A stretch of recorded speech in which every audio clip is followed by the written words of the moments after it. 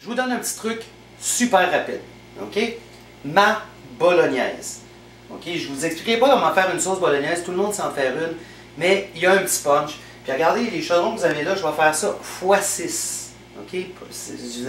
Ça va me faire à peu près 30 sacs de 1 kg de sauce bolognaise. Je fais ça pour un ami qui va faire un party à Saint-Jean-de-Mata.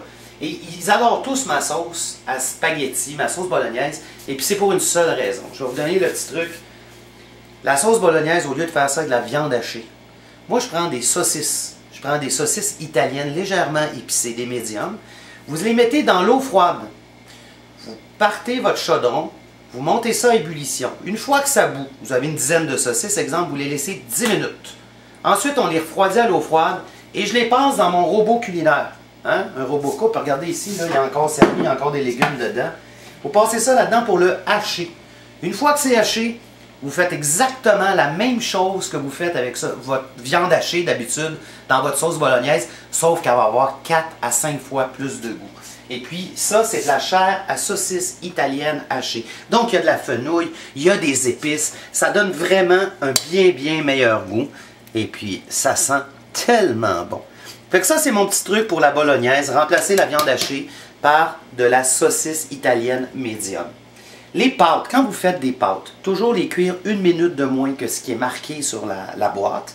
Parce que votre pâte, on ne la rince jamais à l'eau froide. On met soit un petit peu de beurre ou un petit peu d'huile après et elle continue à cuire. Comme ça, elle reste bien ferme. Comme vous voyez, j'ai mis un petit peu de beurre. Et ça, c'est pour toutes les pâtes. Avant de mettre votre sauce bolognaise dessus, là, hein, que ce soit du spaghetti, du linguini, ce que vous avez, prenez un peu de beurre, un petit peu de parmesan râpé frais dedans ou du gruyère, un petit peu de sel et assaisonnez vos pâtes. Fait que là, votre pâte, elle a déjà un bon petit goût de pâte au fromage et au beurre. Puis après ça, vous mettez votre sauce bolognaise dessus. Donc, votre pâte, elle ne goûte pas l'eau, comme souvent je goûte dans les restaurants. La pâte est fade, puis il faut que tu la mélanges dans ta sauce pour qu'elle ait du goût. Ta pâte a déjà du goût, puis là, avec une sauce qui est faite avec de la chair à saucisse italienne par-dessus, vous avez vraiment une pâte qui est épicée et puis qui est personnalisée. Fait que voici mon petit truc de la journée. Bye bye!